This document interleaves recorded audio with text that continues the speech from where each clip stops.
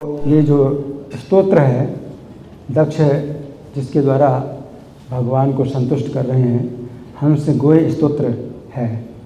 तो इसमें अब ये हंस शब्द आया है भगवान के लिए। हंसाय तस्मै शुच सद्मने नमः। उन हंस को, तो भगवान का एक नाम हंस भी है। और हंस नाम उनका क्यों पड़ा है? उनके गुण के आधार पर, कि हंस में जो गुण होता है वो भगवान में भी ऐसा गुण है। पूरा जो जगत है ये कैसा है? मायामय, सर्वत्र माया व्याप्त है। सर्वम मायामयम जगत। और इस जगत में कृष्ण भी व्याप्त हैं। सर्वम कृष्णमयम जगत। कृष्ण भी सब जगह है, माया भी सब जगह है, और सब मिक्स है, दूध और पानी की तरह। तो पूरा जो जगत है इसमें जो है कृष्ण भी है, हर जगह है, और माया भी हर जगह है। अब कैसे अलग करें? उसके लिए हंस चाहिए।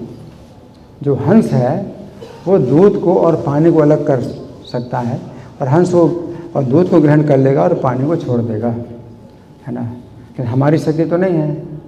हम दूध पिएंगे तो पानी भी साथ पिएंगे, पानी मिला हुआ है। तो हम कृष्ण की सेवा करते हैं, माया की भी सेवा करते हैं, मिले हुए हैं। हमारे पास कहाँ शक्ति है कि हम जो कि दूध को अलग करके ग्रहण कर लें और पानी को छोड़ दें? हमारे पास शक्ति नहीं है। तो यहाँ पर भगवान को हंस कहा गया है। तो यहाँ पर दक्ष जो प्रार्थना कर रहे हैं कि भगवान जो है ये हंस हैं, है।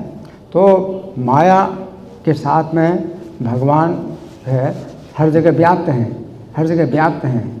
लेकिन जब कोई व्यक्ति जो है सब प्रकार से उनकी शरण में आ जाता है, तो मन की जितनी वृत्तियां हैं उन सब का त्याग करके और जो है जब भगवान की शरण में जाता है तो भगवान स्वयं अपने रूप को प्रकट करते हैं। तो भगवान स्वयं ही, यहाँ पर ये समझना चाहिए कि भगवान स्वयं ही दूध हैं और स्वयं ही हंस भी हैं। तो हंस जैसे दूध को अलग करके दूध ग्रहण कर लेता है, तो यहाँ पर भगवान जो है स्वयं हंस का भी उनमें गुण है और दूध का भी गुण है। तो स्वयं ही जो है अपने को माया से अलग कर देते हैं और स्वयं जो है वो दर्शन देते हैं। तो वो ध्यान में उनका दर्शन होता है। तो यहाँ पर जो है विशेष बात ये बताई गई है कि किसी भी चीज़ का ध्यान करो। आजकल ध्यान में जो है हर तरह की बातें बोली जाती हैं कि आप किसी भी वस्तु का ध्यान करो, किसी भी रूप का ध्यान करो, है ना। तो वो बहुत जो है अज्ञान है, बहुत बड़ा अज्ञान है। क्योंकि भगवान का जो रूप है वो ध्यान करने योग्य है। और वो भगवान का जो रूप है वो ऐसा नहीं कि आप अपनी कल्पना से जो भी मान ले वो भगवान का रूप है, ऐसा नहीं है। तो भगवान जो है अपना ध्यान में जब दर्शन देंगे तो वो जो है उनका वो रूप होगा जिसमें आप अपनी कोई कल्पना नहीं मिला सकती। आपकी कोई कल्पना इसमें नहीं होती है। भगवान स्वयं जो है प्रकट होते हैं, स्वयं स्फुरति है। तो यहाँ पर शुचि सद्मने नमः। जब इतनी पवित्रता आ जाए आपके अंदर तो शुचि सद्मने, तो पवित्रता के आप घर बन गए तो भगवान जो है वहाँ प्रकट होंगे। तो यहाँ पर ये जो हंस है, हंस गुह्य स्तोत्र, ये जो नाम है, तो गुह्य का मतलब है कि बहुत जो गोपनीय हैं, भगवान जो है बहुत छिपे हुए हैं, तो गोपनीय हैं। और प्रभुपाद कहते हैं कि जो ब्रह्म का साक्षात्कार और परमात्मा का साक्षात्कार तो आसान है, लेकिन भगवत साक्षात्कार कठिन है। तो ब्रह्म का साक्षात्कार आसान है।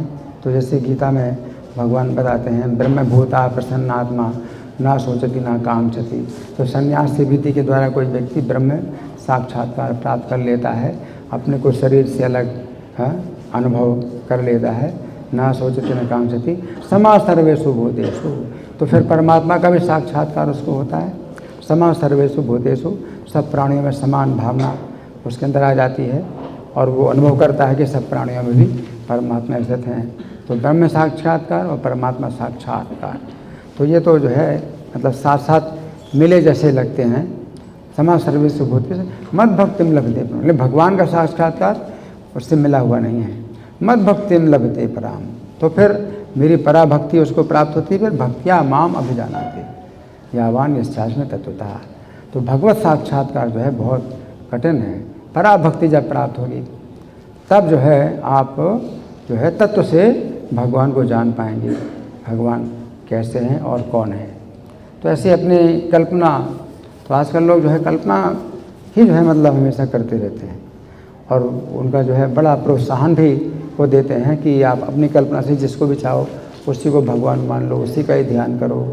और फिर वो कहते हैं कि वो अंत में वो आप कोई भी नाम आप लीजिए और किसी भी रूप का चिंतन करिए, अंत में वो नाम भी खत्म हो जाएगा, रूप भी खत्म हो जाएगा। तो इस तरह की बातें बोलते हैं। तो भगवान का नाम जो है अपनी कल्पना के आधार पर आप नहीं बोल सकते, और भगवान का रूप भी अपनी कल्पना के आधार पर नहीं कर सकते हैं, है ना। तो ये जो है क्योंकि सत्युग की विधि है, तो सत्युग की विधि में भगवान का ध्यान के द्वारा ही दर्शन होता था, और ध्यान की विधि मतलब बड़ी कठिन।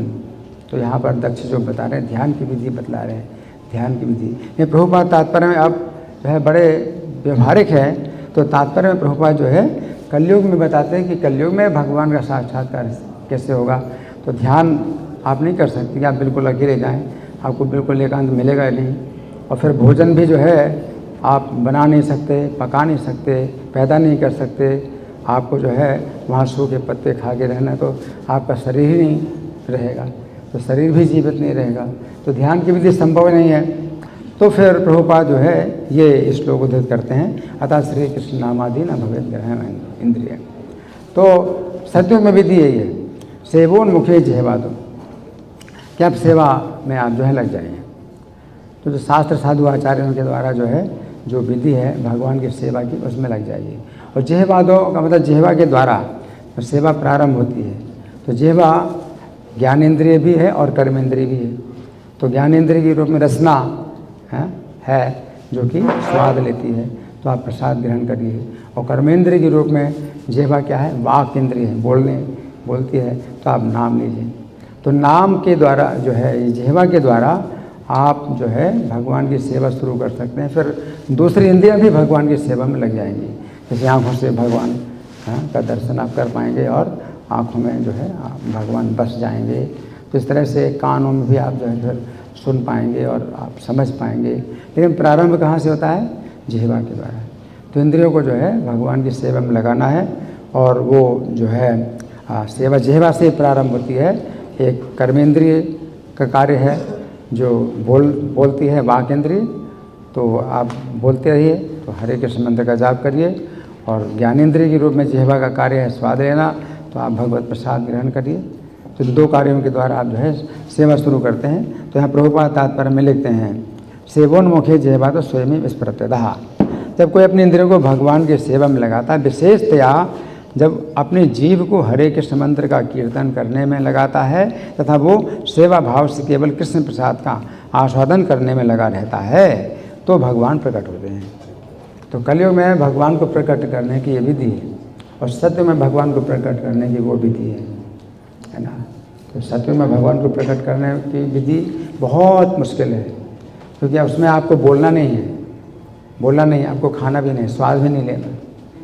अब यह तो प्रसाद का स्वाद लो, कितना आसान है। प्रसाद भगवान की भगवत प्रसाद का आस्वादन करना कितना आसान है, नाम लेना कितना आसान है। तो ये विधि जो है कलयुग की विधि ये है भगवान को प्रकट करने की, और सत्य की विधि वो है। तो दक्ष जो बता रहे हैं वो सत्य की विधि से भगवान की स्तुति कर रहे हैं कि भगवान इस प्रकार से प्रकट होते हैं। प्रभुपाद तात्पर्य में जो है हमें वो विधि बताते हैं जो हमारे लिए है, जिसमें व्यवहारिक है। तो इसलिए प्रभुपाद के जो तात्पर्य हैं वो बहुत हमारे उपयोगी हैं, बहुत उपयोगी हैं। क्योंकि इस समय के अनुसार जो है हमें शिक्षा कहाँ से मिलेगी, वो प्रभुपाद के तात्पर्य से मिलेगी। हरे कृष्ण।